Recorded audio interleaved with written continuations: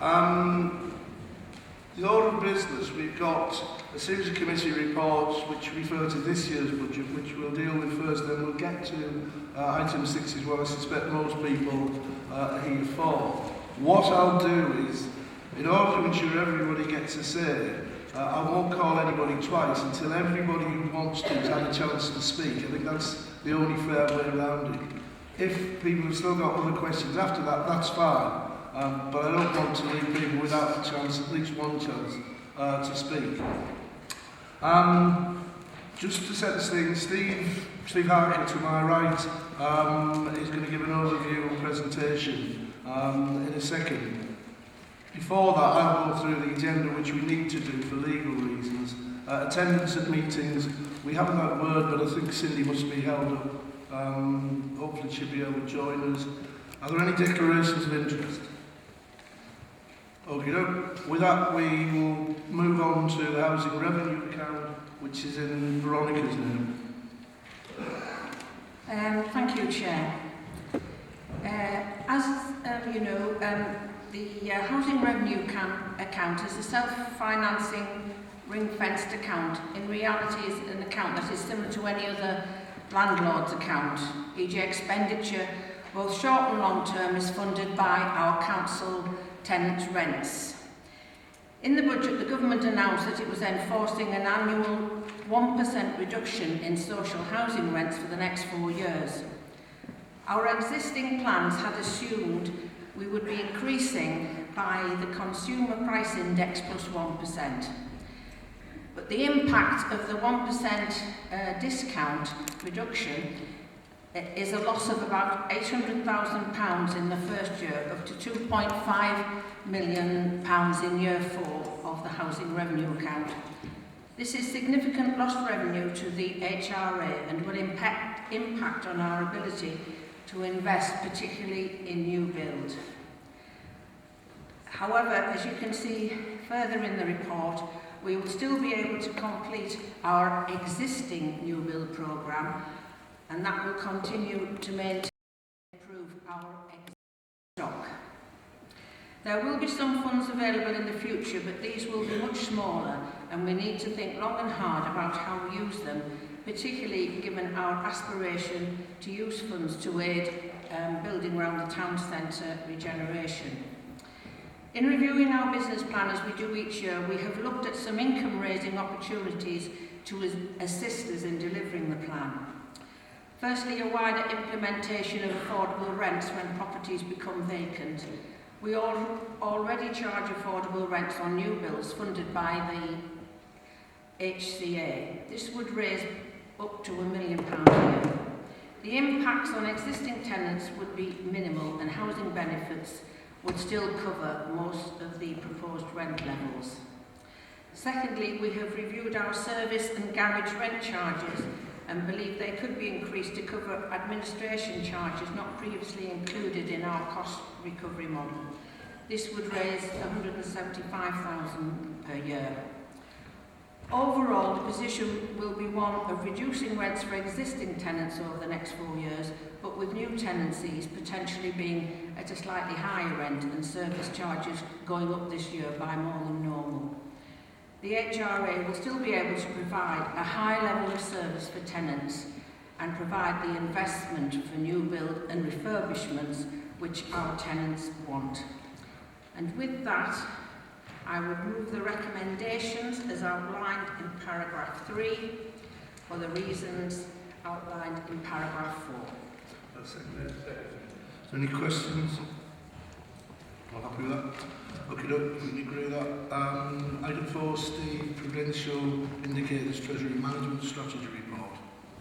Thank you, Bill. This is a very technical report. It's the first report for 2016-17 for Prudential Indicators and Treasury Management.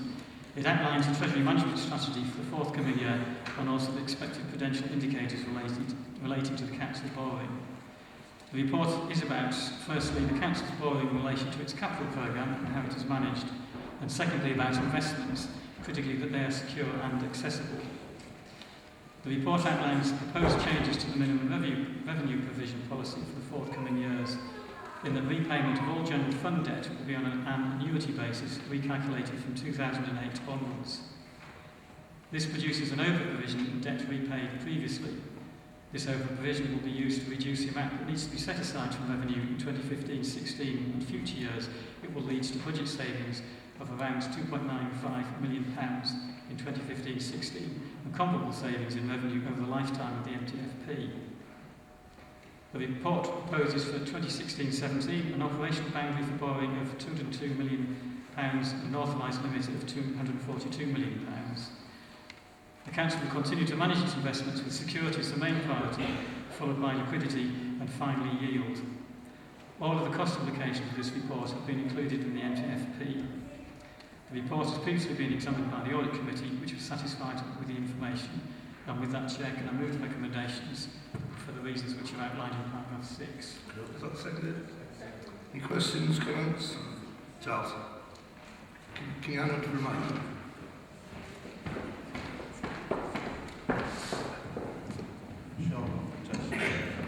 I would just like to congratulate Elizabeth Davidson and the team on the diligent work they've done to recover the £3 million annual monies into the accounts. They worked very hard to achieve this level of return, and I think we owe them a debt under the current circumstances. Thanks, Charles. Further comments? Chris? Well, just to add to Charles's comments, the Treasury management team works behind the scenes, but you know, you see the product of the work in terms of doing something that's going to have a positive impact on the revenue position. So I would echo those sort of congratulations to the team on the work that they have done and are doing. Okay, we agree? Agreed. Item 5 is the medium-term financial plan phase 1, which is for the financial year coming up. And can we just be clear, I suspect the majority of people will be interested in the second report, which is phase 2. Phase 1, item 5, deals with next year, and I suspect the key fact that people will be interested in is the Cabinet will be proposing to Council that we increase the council tax by 1.99% for council taxpayers and the levy of 2% for elderly social care. I think it would be wrong, given the financial straits this authority is in, if we didn't raise that 2%. Pressure on adult services is growing, and it's only going to get worse. We need to completely rethink how we deliver adult social care, but this town alone cannot do that. It needs to be a whole system approach, but for the interim, at least we've got some kind of increase in budgets to what is becoming a huge budget pressure. The vast majority of this council's budget goes on that budget heading, and if we're lucky, we will all get old. So I think we all need to remember, in a civilised society, surely the way we treat our old people has got to be some kind of indicator about how civilised we actually are. With that, can I move the recommendations at 6? At 5 for the reasons given in 6. Any questions? Any questions from the public? So we have a question at the back. Yeah, I'd just like to ask you why not raise the tax to say 5%? We need to have a referendum. You're allowed to. You have to have a referendum. Sorry? You're allowed to, but you have to have a referendum. Yes, what I just said. We'd have to have a referendum. The referendum itself would cost money.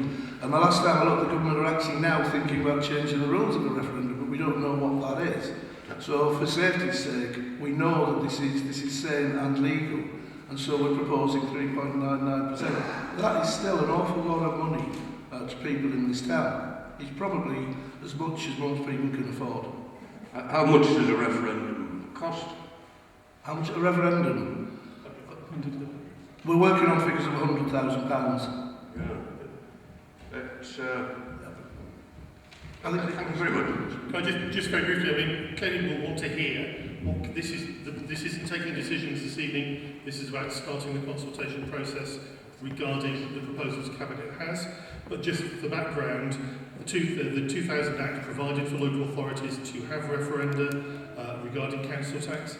To my knowledge, there's only been 2 that have taken place since then. One was in Bristol in 2001, the other was in Berkshire in the time of the general election. Both of them were heavily defeated. The latter referendum was on keeping, or indeed increasing the number of police officers, a real core community issue, and that one was defeated 70-30. So there's no track record of any local authority successfully winning a referendum. Equally, we're one of the first local authorities, because we're publishing what's going to happen to the local authority over the next 4 years, to show the state of what local authorities will look like by 2020. So clearly there's a changing landscape, but we would want to hear your views on whether you feel council tax should go up by more than 4%, but you need to be aware that the background for referendum is extremely bleak. Charles. Thank you, Chair.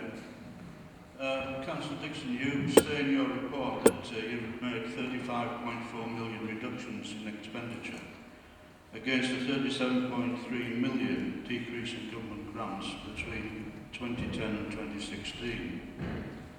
The latest figures given to me by officers show a cash reduction in government grant of 23 million since 2010. However, as the government rate support grant is only 23% of the council's total income, this has reduced the total income by 16 million since 2010. They also show savings against costs over the same period of 27 million, which more than offsets the reduction in grant. The annual outturn reports show council spending varies from 102 million in 2010 to 91 million next year. There was a reduction of spending in 2012 and 2013, but spending since then has increased year on year. What is important, however, is not mentioned, is the annual deficit, which in 2010 was 1 million, and next year will be 10.4 million and rising. Darlington's financial woes cannot be simply blamed on government. There are other issues to be considered. I'll take that as rhetorical, Charles. You know as well as I do, you've had briefings by the officers. There's none so blind as those who will not see. Was there somebody else who wanted us? Okay, now I'm going to ask Cabinet now to vote on item 5. Is that agreed? Agreed. Okay, now we come to item 6, and before we start that, can I ask Steve to give a presentation to set the mood, as it were? Thank you, Bill. What I want to do really is in part to give a background to the overall finances of the local authority, which paints a picture as to where we are today in terms of the number of cuts that we are facing. So it's looking at where we are today and also looking a little bit back in the past and also going forward through to 2020. At the moment, with the budgets that we're about to look at and which will be out for consultation, what that is talking about is the need to reduce our budget by a further £10.2 million. And the following slides will try and explain why we're in that situation. If there's only 2 things that you remember from today, one is this first fact. The net budget for the following year is going to be approximately £87 million. In terms of the cuts that we've had from government grants from 2010 going through to 2020, in real terms today, that's equating to about £44 million. So our budget for next year, £87 million, and over a 10-year period, we'll have seen a reduction by £44 million, which is about half of our budget.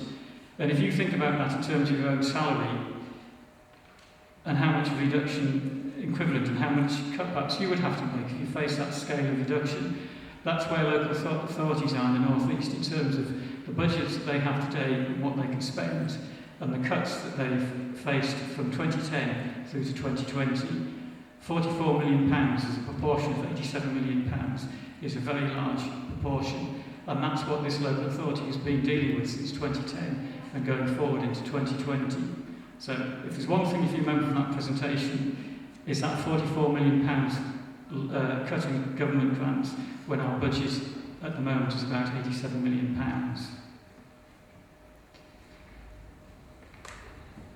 This slide just really tells us two things.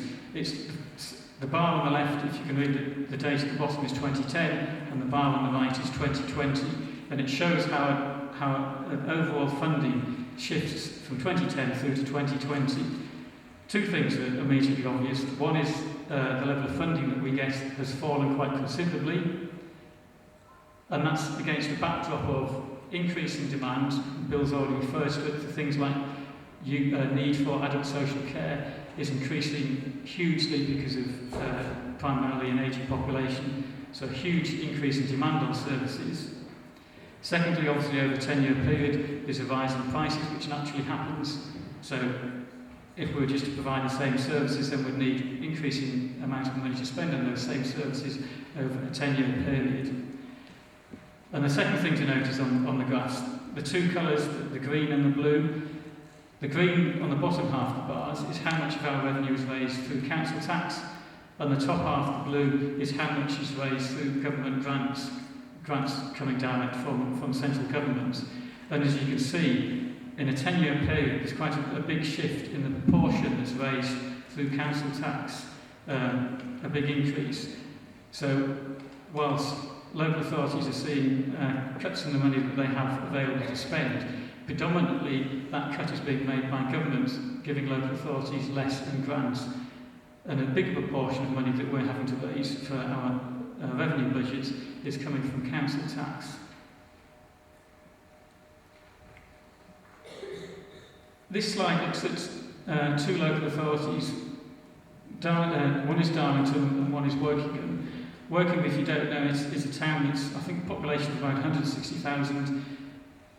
Comparable in size, it is bigger, but what the slide looks at is again changes in their funding for us and for Wokingham, again from 2010 through to 2020. The graph on the left is looking at our spending, our funding in 2010, and as you can see there, in 2010 our revenue funding was just over £100 million, and Wokingham's funding was just under £120 million.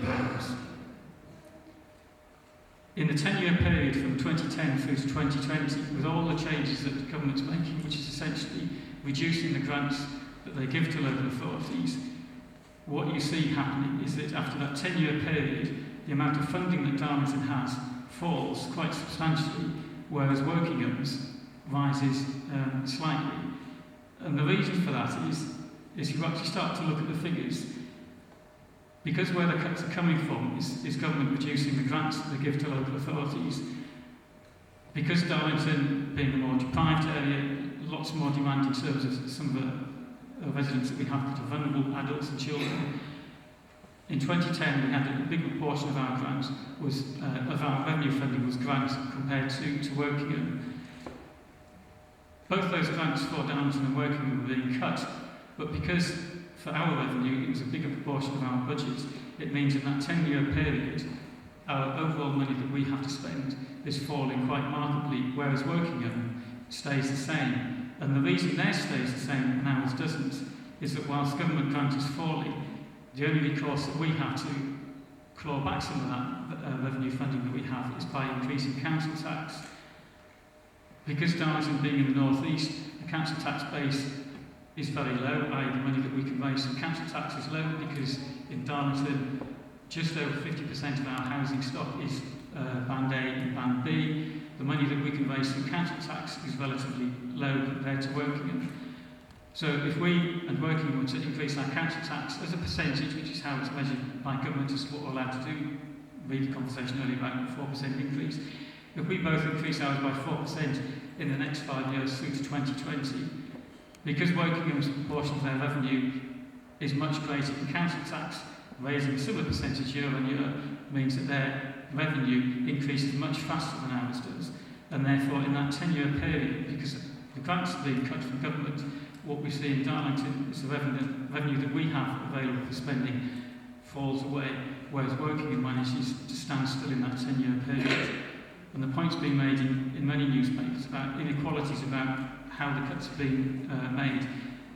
And the point I'm really making here is that whatever you feel about it, the facts are that in that 10-year period, Darlington's revenue that it has to spend will fall and Wokingham will largely stay the same in that 10-year period.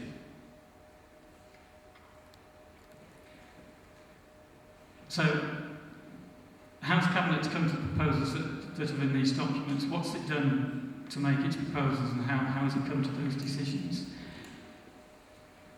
In terms of what councils have to do, it's a mixture of things that we have to do by statute. So the government says you must do the following services, and it's written in law that you have to provide those services. And there are many things that we'll be aware of, we know are by statutes. There are some services that local authorities provide which are, there are business reasons for doing it, they either generate income or they break even, so there's a sound reason for doing them. So things like providing car parks provide a dual purpose of providing parking spaces, but they're also self-funding from the revenue that they raise from the people using the car parks. And there's a number of services that we do. So services like that, it would make sense to continue because they either contribute to our revenue or they're self-funding and they provide a useful service for residents. The third block of services that we provide are things that are not statutory and that cost money and that we and you as council taxpayers need to subsidise effectively to provide that service. The difficulty that we face is that some of our services are statute, and I think it says on the slide there's some 1,300 pieces of legislation that we have to go through in terms of telling us what is statutory services that we must provide. They're not crystal clear, they're open to interpretation as to where exactly what the service must be to fulfil the legislation. So in some senses, although we say some of the things we do, we must do by statutory legislation, it is actually quite difficult to be crystal clear about what it is that we must do. And different local authorities might take different views about how they interpret those laws. But in essence, what we're saying in what we refer to as our core budget offer is basically things that government is saying that we must provide as a service. And as the slide says, the cost to do all those things that we must do is around £87 million. And just to give an example of how little flexibility there is, of that £87 million, £54 million of that is taken up with social care, adults and children's social care. So a very large proportion of what we must do hinges around social care.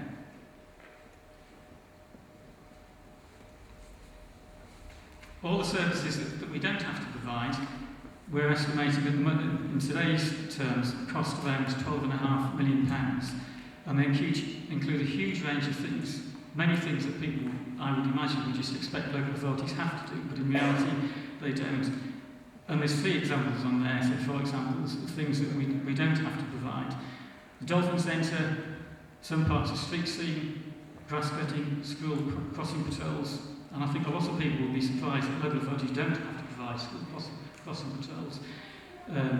But I think it'd be a very difficult decision to talk to residents about not providing crossing patrols for school children. And the point I make really is that the things that local authorities do, many of the things we do are not actually statutory. And because of our falling budgets, the amount of money that we have to spend on the things that are not statutory, the things that are nice to have but make Darlington a nice place to work and to live, is falling. We're having to make increasingly difficult decisions about the services that are not statutory that we can no longer afford to fund. I've talked through this slide, so I'll skip through it very quickly, but it's about dividing our services into 3 things that are statutory, things where there's a business case, either effectively self-fund or make a slight income for us, or things that are purely discretionary.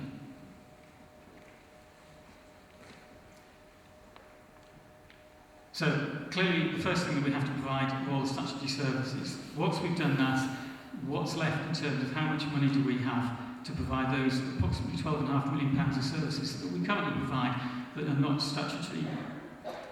And essentially what we have left is about £2.5 million. So that's where the figure came from earlier on about we need to make savings of around £10 million. And all of that is around services that are not statutory.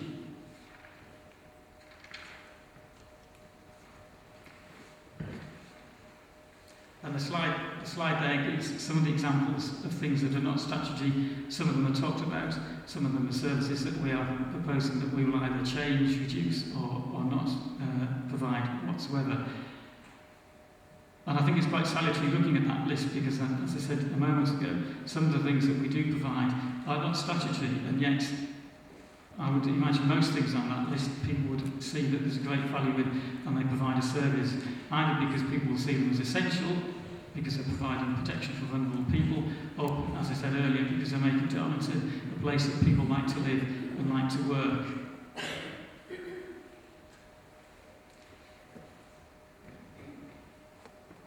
What are the next steps in this budget? The slide there gives an overview of the timetable.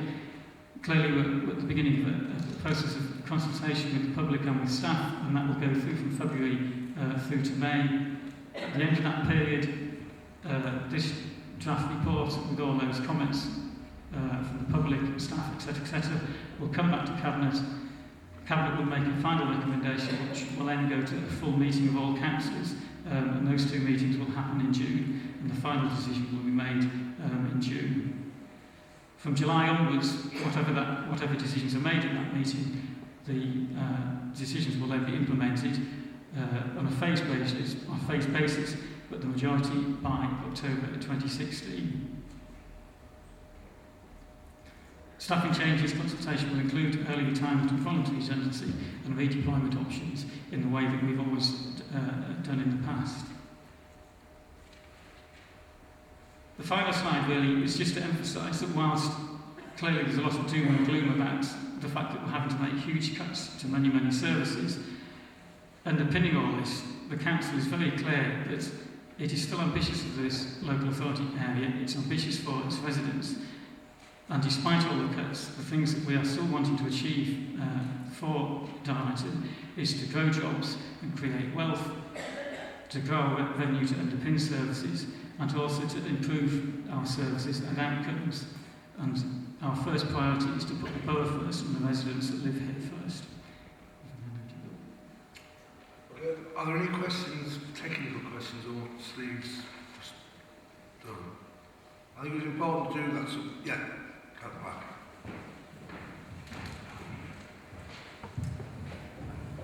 I'm just interested in the new car park next door.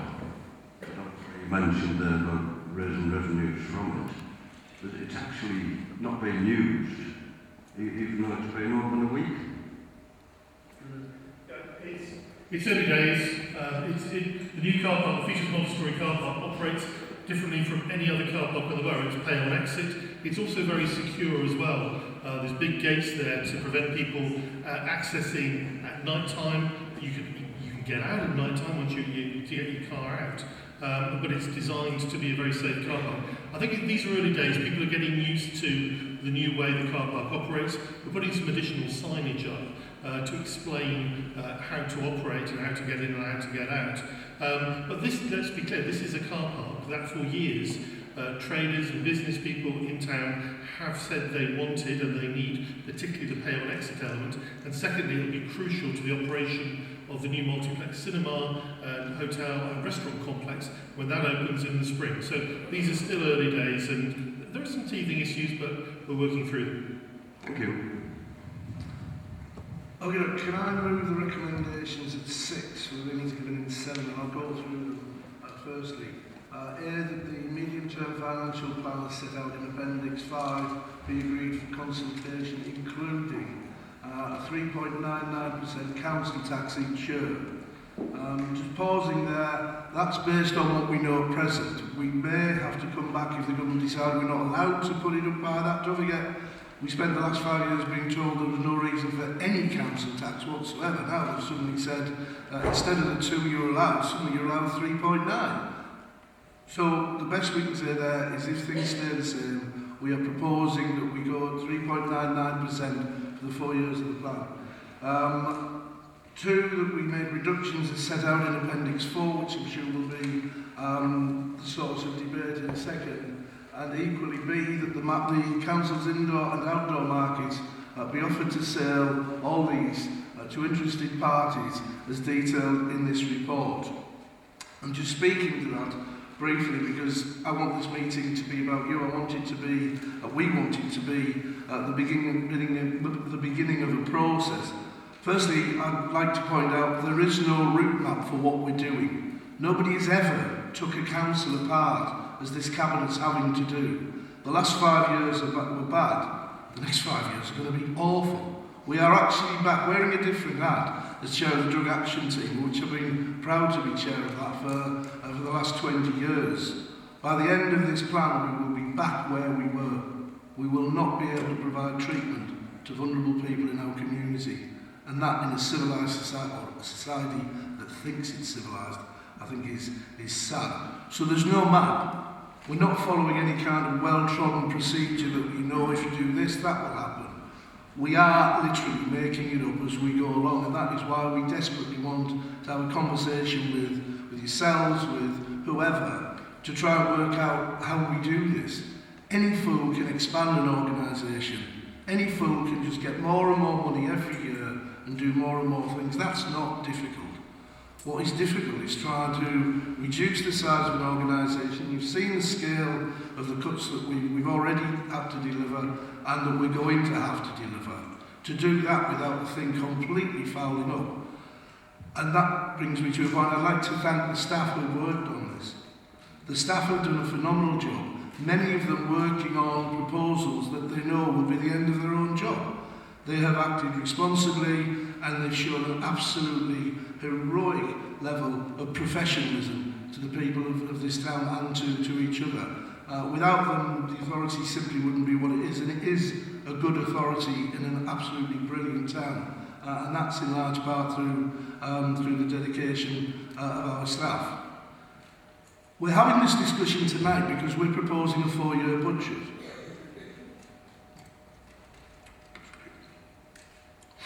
Some other authorities may propose a 1-year budget. Now, if you looked at the earlier items, there was nothing horrible in there.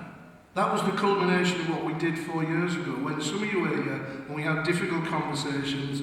We had shouting matches at times 4 years ago when we set that budget out. What we've just done there already is the culmination of that budget. And we could have come tonight and said, everything's hunky-dory, look at that budget, isn't it great, not a problem, and we could have all gone away and we would have had a very easy ride tonight, but that would be dishonest and it would be deceitful. So what we're telling you is, as we see it, as our professional officers see it, this is what the future likes over that 4-year period. And I'm doing that, we're doing that, because I think it worked last time. I think the initial conversations were very difficult, but then when people realised what we were facing together, then I think we managed to come up with some innovative solutions, Darlington for culture, etc., right across the map. Street champions, all sorts of volunteers, restorative justice, etc. It shows what this town can do, but the town can't know that it needs to do it unless we're honest, and we're being honest tonight. That is our best guess of what the future looks like. But it's a budget, as I'm sure Paul Wildsmith and Elizabeth Davison will tell you, it's full of risks. It's not absolutely nailed on, it's not safe. The government could change their mind about relatively minor things at any point. They're talking about re-evaluation and restructuring how we collect what's called the business rate. We could finish up a couple of quid worse off. We could finish up a couple of million quid worse off. Then we'll have to come back to you and talk again. So there are huge risks in this budget as it stands. We don't have the luxury of some London boroughs of collecting, 50 million pounds worth of parking fines and parking charges. And it must be great if you could just work your way out of problems like that. So it's an honest budget. It's a budget for the next 4 years. We've got time to talk about it. We've got time to work out other solutions. None of the things in there are things that we want to do. All of the things that we're proposing today were ruled out at a very early stage, back in 2011, 12, 13, 14. We wouldn't have brought those earlier. We didn't need to. I think it's a mark of the position we're now in that we've had to bring things to this table that none of us want to do. Said when we finalised the budget, I actually felt pretty sick about it. It's not a nice thing to do. I didn't get into politics to do this.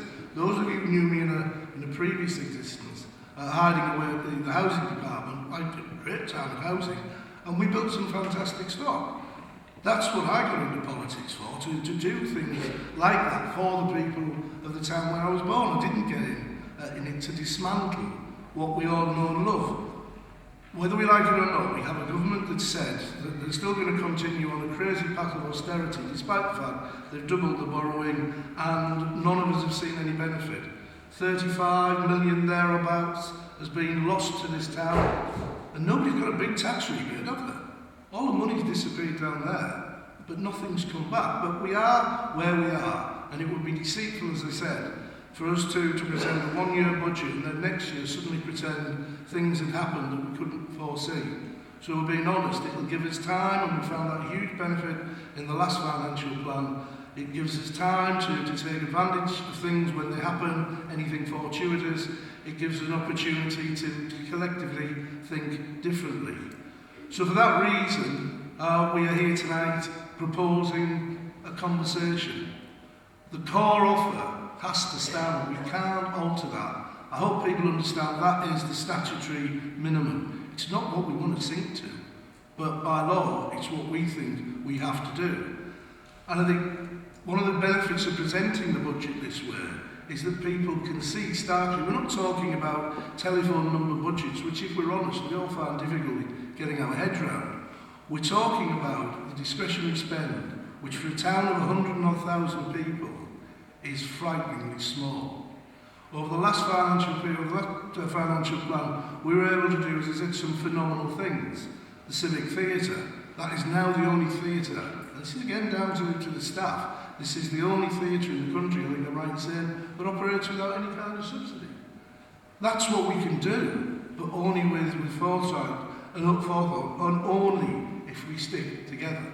We have two real choices. We can either tear each other apart, or we can try and find a solution to this. My preferred option is to find a solution to this, but that's not going to be easy. It's not going to be easy at all, and a lot of it is going to involve an awful lot of people saying some quite shocking things about Cabinet, particularly about me. But hey, that goes with the territory. What I'm going to do now is ask members of Cabinet if they wish to add anything to that. Then I'm going to ask, I think, Dawn from Unison, because I think it's only fair our staff get a say at this point. Then I'm going to open it up. As I say, only two ground rules, please be courteous to each other. There's no such thing as a daft question, only an inadequate answer. And I'll make sure everybody gets at least one question. But I won't call somebody in a second time until everybody's had a fair crack at the whip. Anybody? Andy? Yeah, just to add, Bill, just to say really, this budget is so wide, it's so big, so wide-ranging, it's going to pervade through every aspect of people's life. And it was interesting what we saw at the back end of last week when the budget proposal started to become made public, and the public reaction against some of those big things, some of the big things that people are incredibly passionate about. It's more than just that, though. We have to bear that in mind. It's more than just those big things. It's everything. We're taking millions of pounds out of health, as Bill said. By the end of this time, we'll have no drug and alcohol workers to help those most vulnerable people. And that's not just that. It's across a whole wide range of things. Veronica, in adult social care, is having to make significant cuts. So I would ask that when you go on the website, and that's where you can make your comments, but don't just look at the things you're passionate about. Look at those things you might think, well, actually, why are they spending money on that? I don't particularly value that, so let's have some balance. Over to you. Sorry, John. No, it's just to build on the last slide, really. And in one hand, as you've outlined, Bill, we're facing terrible choices, but we've still got to have some ambition, best we can, about the town. We are seeing developments in the town. Only a week and a half ago, we had a jobs fair in town. So in one sense, we've got to manage this terrible situation, but we've got to do our best to still carry on trying to create jobs and create wealth, as Steve's last slide suggests. Yeah, just before we go on, tomorrow morning I'm opening a trade event at the stadium where they're talking about potentially £200 million worth of contracts to local companies. So it's almost a schizophrenic existence where on the one hand we've got the council which has been absolutely nailed to the wall, and yet when I walk out of the town hall, and the staff must be the same, you see the new facilities going up, funded by the private sector. People have still got faith in this town, and we need to keep faith in the town. Done. Thank you, Chair. It was interesting to look at the graphs on the wall there to compare Darlington and Wokingham. I'd still rather live and work in Darlington, I tell you. Right, for anyone who doesn't know me, I'm Dawn Taylor, representing Darlington Local Government Branch of Unison. I've got my colleagues with me. There's no doubt that the council's budget is under severe pressure and difficult choices have to be made about which services to prioritise. But the scale and nature of the proposed cuts has left the branch reeling. We believe there's been a failure to properly plan for the long term. Where are the various in-depth financially costed options for ensuring that we can keep these services going? We knew this was coming, so why are we seeing a last-minute dash to produce half-baked ideas for cuts that won't hold up to scrutiny, won't save the money the council thinks they'll save, in fact they'll cost us a packet, and that threatens to dismantle services, public services that the town holds dear. Cutting isn't ingenious. Innovation to invest in services is ingenious, which is why the branch has come up with key alternatives. We'd love to have the time to mention our concerns and comments about all of the issues within the proposals, but we've just picked some key ones for tonight. Why turn off the Christmas lights in the town centre water feature, whilst at the same time increasing councillors' allowances? They're due to go up from 717,000 to 760,000. Why sack the waste minimisation team, litter pickers, grounds maintenance people and the environmental crime team when the council has spent around 3 million in 1 year on agency staff, many of them in the waste management and street scene services? Unison warned management at the time these services were restructured that this would happen, but we were ignored. Making Darlington the dirtiest town around and a magnet for fly tippers will be a kick in the teeth for economic growth. We say cut agency spending and save street scene. The proposal to close the Crown Street Library, shoehorn it into the Dolphin Centre, whilst at the same time evicting the Registrar's service and setting them up in the council chamber, if that is the actual plan, is beyond ludicrous. This merry-go-round of services is the complete money pit. With a bit of vision, the council could decommission the council chamber and committee rooms and rent that area to another public or private body. The significant rental income could support keeping the library where it is and the registrars where they are. Transfer council meetings to the Dolphin Centre, we're here tonight. Make the library multifunctional, for example, make space for some pop-up shops and a coffee shop. It will all help. Sell off the markets. Whilst I understand that the council has carried out some maintenance, it's clearly not enough if it's in need of an expensive refurb. I'm firmly of the opinion that market traders and the council need to work together to change the market and how it operates. It needs to change to secure its future for the next generation. For example, return the outdoor market back to the market square and help to bridge the gap between the town centre and the new leisure development. That way there will be no need for a sell-off. Turning to the core offer services budget, why does the care of 191 looked after children cost this authority over £11 million, a significant chunk of the council's budget? We believe this area in particular is ripe for a review in a way that has minimal impact on service delivery or staffing.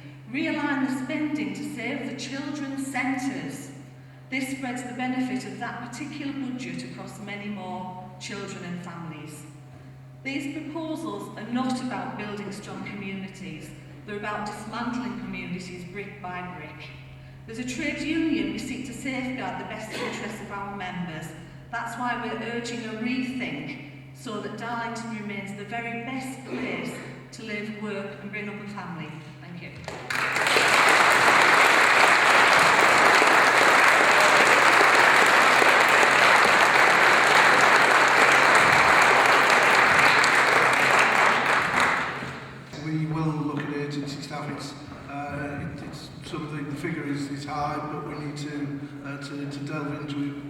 what that is about. If you've got a plan, bring it forward. Seriously, bring it forward, and we will look at it. In terms, I'll answer on behalf of Sue, because she's not here, but colleagues will answer other points. In terms of the £11 million for looked after children, some of those children are the most vulnerable in our community, and that's what the packages of care cost. There is a constant drive, as I'm sure the director will tell you, to bring back into town any young person who's out there who doesn't need to be, because those tend to be the expensive packages. But also in those figures are things like remand into custody. And if courts remand into custody, we pick up the tab. And that is not cheap. You know, far from cheap. We can't give you, for obvious reasons, we can't give you individual detail, because that would be details of individual care packages. But to suffice to say that I'm convinced that at case conferences, core groups, etc., whenever care plans are reviewed, any young person out of this borough, there needs to be a really good reason why they remain out. Often there will be that reason, perhaps the young person's safety, perhaps community safety reasons, or a lack of provision. But that is a question high upon the agenda. Can they be brought back into borough, and can we provide that service more cheaply? But it looks like a huge figure, and it is. But that is the cost of doing that kind of very risky but very necessary business. Nick, do you want to pick up a... Yeah, I mean, I'll happily look at your figures, Dawn, regarding agency staff and streets. But what I'm not going to do, and my colleagues aren't going to do this evening, is somehow trying to say these are a great set of proposals and things will be better, or even keeping things as they are. Certainly in the non-statutory services of my portfolio, there's a huge amount of non-statutory services within it, and a huge number of very committed staff who've worked tirelessly for the authority, and it's devastating. And we've all spent the last 4 months or so as we've tried to, first of all, as we've pulled the budget apart completely, gone back, this is what's called zero-based budgeting, gone back literally to zero and built the authority up again, understanding what has to be done by law, what is left afterwards, how can we afford the best and the thing that adds back the most. I've spent the last 4 or 5 months with my head in my hands a lot of the time. I'm not going to pretend the changes as far as street scene is concerned, what the look of the town will be in terms of litter and fly tipping are going to be better. They're not. It's going to be worse, because we're losing valued members of staff, whether it's on the enforcement side or whether it's on the clearing up side. But realistically, and I don't know how many people have actually seen the agenda or seen the actual report itself, we have around £2.4 million worth of money to add back. Now we've managed, some money has been added back as far as street scene is concerned. So there will be, for example, grass cutting on the verges, and also in the parks and gardens. Initially, we were looking at maybe no grass cutting at all outside of playing pitches. South Park would have gone to rack and ruin. We found some money back in for the maintenance of that marker park for the town. But it is a bleak set of options. As far as Crown Street is, so there is money back there, but it's a balancing act between place, if you like, the things that we see, the facilities we see, and then also the people side as well. And all too often in the debates we had it 4 years ago, I hope we won't have it again. Some of the services for the most vulnerable, whether it's in adult services or children's services, those cuts go beneath the radar because they don't have sort of committed groups advocating for them. It's our job as cabinet members to ensure the least advantaged, the most disadvantaged in our society are overly hit as far as possible in these proposals. So it's a balancing act, putting some money back into place, but also putting money back into people as well. As far as Crown Street is concerned, I mean, I understand. I'm not from Darlington, I've only been here 30 years or so, but I understand how viscerally important Victorian libraries are to towns and cities. In Bristol, I spent hundreds, not thousands of hours as a kid in my local library. They have a huge, they're part of the warp and weft of the town which they serve. But this comes down to hard cash again, Dawn, and it's about thinking cleverly. It's about how can we have a good modern library, both in terms of books but also in terms of IT, whilst at the same time meeting these dramatic budget savings that we have to achieve. The proposal we're putting forward is to do what other towns and cities have done, which is to put the functions together. As far as the Dolphin Centre is concerned, having the library there, also a children's centre there as well. That helps keep the Dolphin Centre viable, because this town without the Dolphin Centre, I can't imagine, but it also keeps a library as well. The bricks and mortar issue we can sort out as well. It's a listed building, it's a hugely important part of the townscape. I'm sure it will have a future, whatever that future is.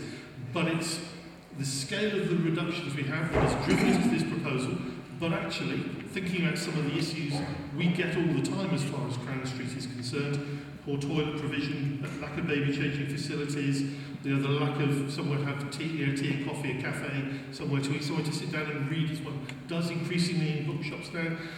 Decent IT, I mean, it's a bit tired now in Crown Street. Actually, this could deliver something better as far as library provision in the town centre is concerned. So please keep your mind open to it, but obviously we'll welcome the comments that we receive. Just on that, the plans are at the back if people want to look at them. Anybody? Just a brief, sorry? Yeah, Just a brief comment on the Christmas lights. I mean, highly contentious. There will be some money for Christmas lights, but clearly we need to do them differently. So I would expect some dialogue with interested parties, traders, and other groups in the town to help us with that.